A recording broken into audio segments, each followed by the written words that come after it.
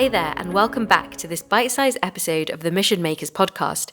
We're going to dive back into some of our favourite episodes of Season 2 and pull out some of the key lessons from our amazing guests that will hopefully inspire and fuel your missions wherever you are in the world. So for this week's bite-sized episode, we decided to feature our season finale guests, Bob Moses. Bob Moses have taken the underground electronic music scene by storm in the last decade. They've been my favourite band ever since I heard their first album in 2012, and so it was a true honour to interview the band. The guys have collaborated with several notable artists like Charlotte DeWitt, won a Grammy, and performed all over the world from Red Rocks to Burning Man. When you listen to their music, it really hits your soul. The melodic production and the vocals are so raw, so emotive, and so hypnotic.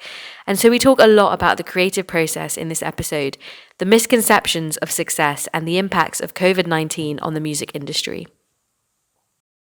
And I always like to go into the meaning of our guest names because I'm always curious if it ends up matching who they become. And it was really interesting to find out that the name Tom means twin, innocence, a visionary. Do you feel that this encapsulates the essence of who you are individually, Tom?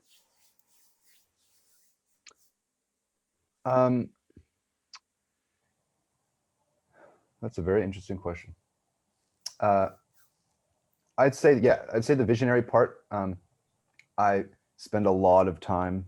I always have spent a lot of time daydreaming, for a better lack of a better word. And I'd say that one of my challenges has been to not get too lost in the world of vision and and sort of daydreaming, and sort of I spend a lot of time imagining what the ideal is and how it could be better, and more so than most people. And I think that the challenge for me has been to reconcile that with taking action in the moment. Not that I've been lazy or procrastinated, but more so that like I've always had a propensity to get caught up in some like figuring out some minute detail of my vision where that doesn't actually matter, and just being like, just focus on this, now what's in front of you.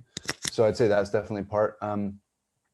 Innocence, I think, is an interesting one because I think that it does take a sort of innocence to being a creative person. Is a lot about I would put innocence and naivete and sort of the and what's the other word, like being genuine in your sort of exploration into what you don't know. And I think that that sort of has an innocence about it. So I think that that's a big part of who I am. Yeah. And then twin is confusing because I'm an only, I don't know, it's weird. I'm an only child from my mom, but I have half brothers and half sisters, and I'm in a band with Jimmy, who's like could be my twin, I guess, in some ways. So I guess there's things to relate to there. It's interesting. I didn't know any of Maybe. that stuff. So Oh, interesting. Well, maybe he's your musical soulmate in that sense. yeah, there you go. And then Jimmy. So Jimmy means, do you know what your name means, Jimmy? Actually, I before have I no say. idea. Oh, really? Okay, wow. Yeah. This question always stumps people. It's really interesting. Okay, so Jimmy means son of the spirit, a supplanter, which means to follow in the footsteps, and benevolence. So how do you feel about that? I feel that actually that pretty much sums me up. I mean, I feel like I'm really following in the footsteps of sort of the path that's been laid out for me. And like, I'm son of the spirit. I mean, I'm just gonna take that to as a that I'm quite. I mean, I'm looking at that as I'm quite chipper. I don't know if it means I'm looking at as the son of the. I mean, it's quite deep. It's funny. Like both of us have never like bothered to look up like what our names mean. And I just find that quite interesting. It's like a question that's never been put to me until now. But I think it's interesting because Jimmy's also derived from James, right? Jimmy's really just a nickname. So did those meanings still apply to James? Yeah, so Jimmy was very much supplanter, following in the footsteps, and then James was kind of son of the spirit and benevolence. It's a bit of an amalgamation of both. Wow, I didn't know that. You're like, Jimmy's one of the kindest people, like genuinely kind people there is. So I think that makes sense from my perspective anyways. I appreciate that. Well, to kind of round it up, I also looked up what does Robert or Bob Moses mean in both those words, and this might surprise you because it means bright fame. And then it was almost like, well, then it's a destiny that you guys are pursuing something as a duo together, that would become incredibly unique in its approach, which is kind of what you've become known for synonymously in dance music. So yeah, really, really interesting. Really interesting. Well, there you go. We should have just like looked up what our names meant, and then we could have just like known the future, Well, it sometimes has a very subconscious role, even when you don't know what it means, it kind of like you become sometimes the embodiment of that essence. And I don't think many names have a bad meaning to them, so it can never be a bad thing, hopefully. I'm interested to know, it's quite tricky to find the right balance between the underground scene and the mainstream, and I know that both of you guys are huge lovers of techno and the underground. How have you kind of found it balancing both of those worlds? That it's something that kind of happens naturally. Like we both just love a lot of music. Like we love, and I think it's that because when we were starting out, there was such an amazing scene in Brooklyn happening. Like that was, and the cool thing about the scene that was happening in Brooklyn, or that I should say that was happening in underground dance music at the time in like sort of 2010, 2011, was that the people that were listening to house and techno they'd also listen to the Strokes, and they'd also listen to Oasis, or they'd also listen to Nine Inch Nails, or they'd also like it wasn't just this homogenous thing where people were only listening to one kind of music and everything was sounding the same. So it felt very much like, okay, I can go see a Vampire Weekend concert, and then at 1 a.m, I'm going to go with my friends to this nightclub, or I'm going to go to this warehouse rave in Brooklyn. And so for us, being inspired by sort of the dance beats that DJs were playing and then sort of writing songs over top of it, we were really nervous and apprehensive about that at first, because we knew that dance music was very dominated by instrumental music, and it's sort of a faux pas in some senses to add vocals on top of that. But at the same time, there was also a lot of people that felt like us, that loved songs and also loved underground dance culture. And so we were just trying to marry the two, and it was just like sort of a lot of experiment and a lot of trial and error, and we had a lot more successes than sort of errors when we were like coming up with ideas. Like I remember like we thought it either was going to work or it wasn't going to work when the first couple times Tom went in, and the first live show Bob Moses actually played, or that Tom sang at, I was not involved in. I was just like a crowd member. No way. We had written some songs, or written some vocal hooks on top of tracks that this act, Frank and Tony, who were on the independent record label Sister and Thread, that initially signed us. And they asked Tom to come do a gig with them at the Marcy Hotel in Brooklyn. And so he sang the songs that we had wrote with them. And, it was a great night, but when Tom got up there on the mic, the place went nuts. No one had really even heard these songs before. And so I was in the crowd going like, this is awesome. Like, we should and at that point we were undecided about how we were going to perform, what kind of music we were going to make. And I remember we were walking back to our apartment that morning while the sun was coming up, and we sort of had this epiphany, like we should just do this, like make underground dance music with songs and perform like this, and let's see what happens, So I mean, that was a long way to answer your question, in the sense that like it's been something we've been conscious of, but it's also happened quite naturally, and we've learned not to get in the way of like overthinking the balance between underground music and sort of what we do and where it all fits, Yeah, that was a really cool moment, that walk home, because like the sun was just coming up and we were like, man, we're onto something here, That was cool. I think also there's the fact that like touring when you're doing it by yourself can be incredibly isolating, and you can lose that motivation. But when somebody's there and you've got to do it together, and one of you's got it kind of keeps you both on your toes, maybe a little bit more than if you're doing it completely in isolation. Totally. And yeah, and I think that as musicians, I think we can be really guilty of spending hours analyzing our own sound. Do you find that like reaching that final point of satisfaction and acceptance that a piece of work is done, has that become faster for you now, or are you guys still kind of like analyzing that quite a lot? Making music never gets easier, you know? That's the thing. It's like every time you finish, even if you have your greatest success and you go on to write the next thing, it's always like, okay, what are we going to do now? You know, it's always, I think, sort of to our credit, like finishing, we've learned that there's something about the initial spark of an idea when you have that initial demo that you shouldn't, and you're feeling excited about it, that you shouldn't get in the way of that. There's something special about it, you know? Some people, I think, have a tendency to like overproduce or overthink. It can always be better. Luckily, because we have each other to bounce things off of, we're very good at sort of controlling the need to go too crazy. You know, we recognize that the gem of the idea is good and that like, okay, a mixing engineer will make it sound a little bit better, but like, let's just focus on the vibe and the song, you know? We've really realized that our strength is in creating a vibe and having a song married to that vibe and sort of diluting that as to like the core essence of what that is. And so I think we've gotten better over time at self-editing, but you know, generating new ideas and finishing them is still super hard. You know, you basically just, all that you have is the confidence from the past that like you've done it once, you can do it again. But other than that, it doesn't really get much easier. Yeah, you never really know. It's like, it doesn't feel, there's like a little bit of like, oh, we've done this before, so we should trust ourselves. But there's still, coupled with that is like, I trust myself, but I also have absolutely no idea. You know, it really doesn't get any easier at all.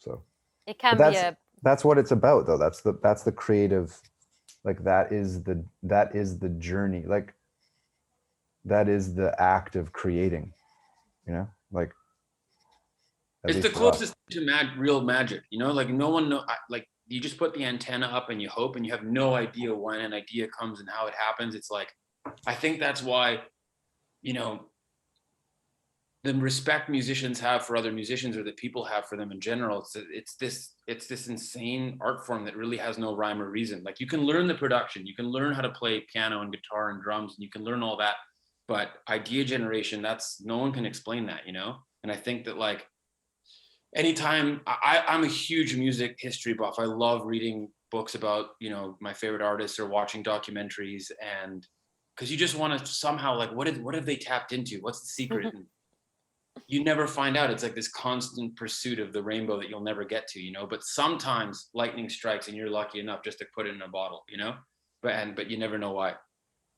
It's so true. And I think there's also just that, like, it's like a wormhole, you know, I mean, there's always just one more plugin, one more layer of sound, and it's really hard to kind of draw that line and just leave it and let it go. So I also like to ask you guys, what do you think of the recent interest towards NFTs? Do you think this is the much needed revolution and transparency for fairer payments in the music industry that will actually materialize? And do you guys have any plans to think about incorporating them in your work maybe someday?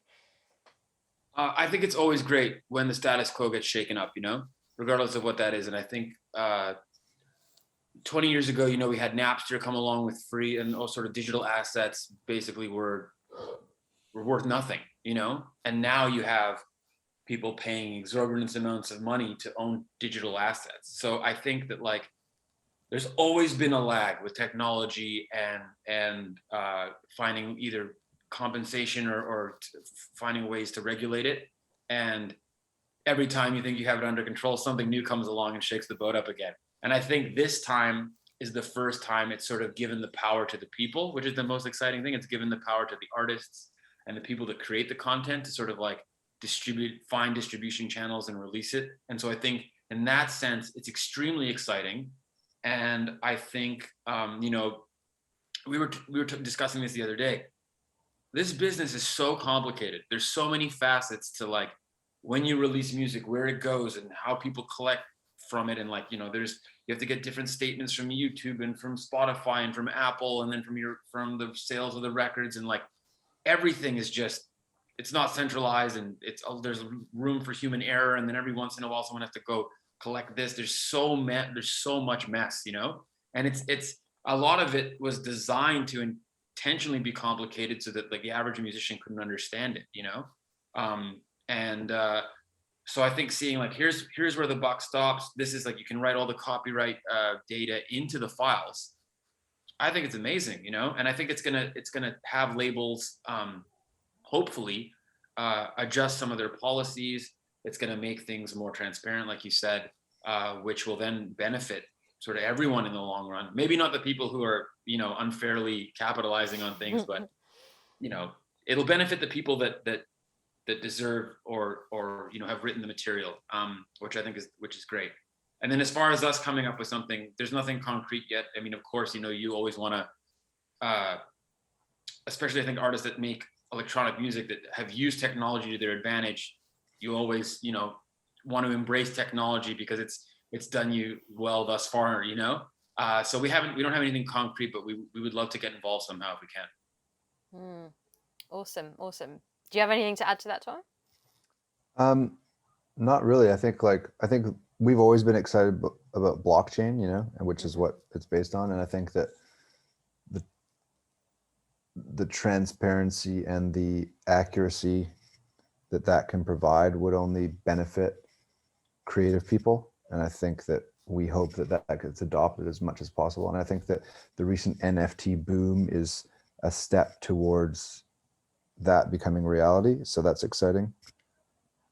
We don't totally understand that what's happening right now sort of seems like a little bit like a bubble, but we don't really understand the craziness that's happening. But we've been excited about blockchain for years, and this is a major step towards adoption of that technology into art and music. So from that perspective, we're very stoked.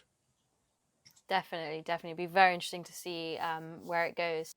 Something that I wanted to ask just before we go into the next section is that success is like an iceberg, and people really only see the tip unless they know you obviously very well. What have people not seen underneath the perception of Bob Moses, and what's one thing that you struggled with the most as artists, and that's then helped you sort of navigate that challenge?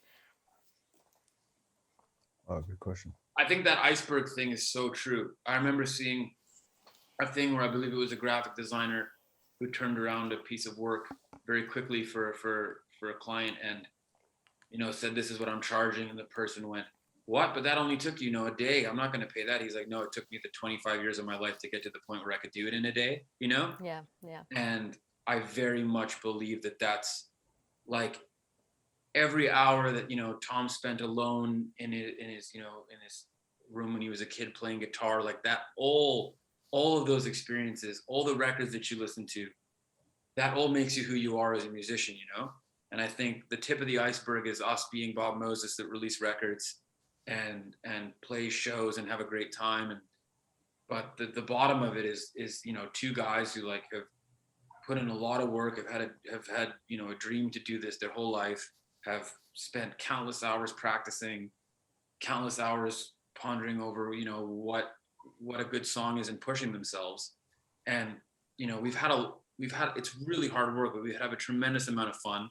And like you said, I can't imagine doing it alone, and I'm really lucky to have Tom doing it.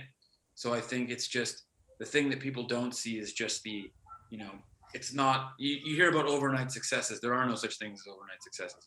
Maybe one thing you do become successful overnight, but it takes a lot of work to get there.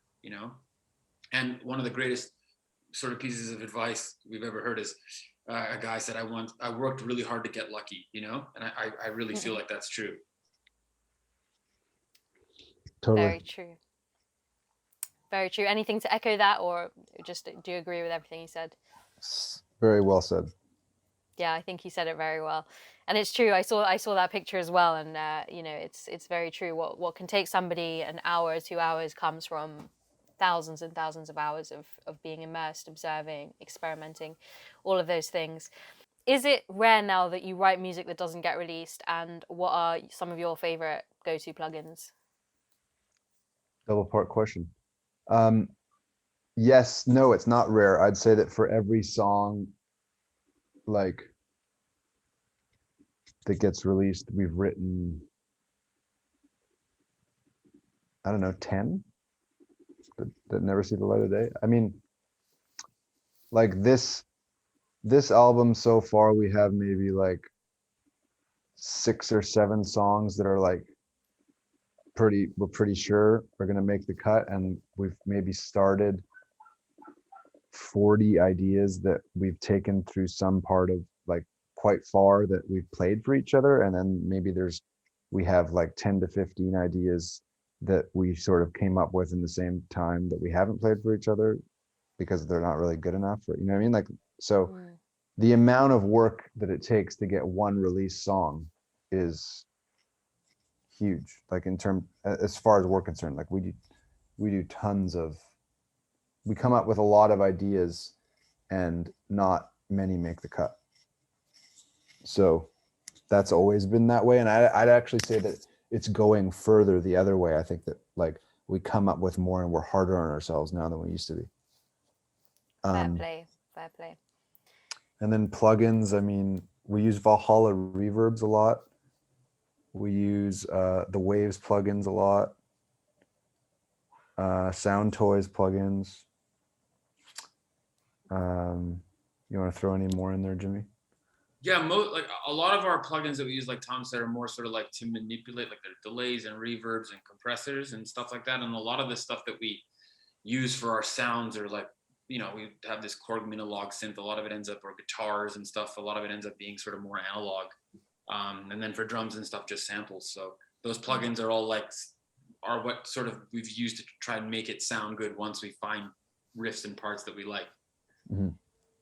Well, thank you guys both so much. We really appreciate you guys giving us your time, and it was so exciting talking with you, and just cannot wait to hear some of the stuff that you guys have been writing in lockdown. Well, thanks for having us. It's great to chat. Thank you guys for listening. Season 3 will be back with a bang in the autumn. Until then, we've got plenty of impactful bonus and bite-sized episodes coming your way. So don't forget to subscribe and share the show with your friends, because it truly means the world to us. And if you're interested in some super cool rewards like virtual DJ lessons with me, signed books from our guests, and exclusive merchandise, then head over to www.patreon.com/missionmakers to check out how you can start supporting the show for less than what it costs you to fill up your car. So till then, Mission Makers, be safe, be healthy, and be laser focused.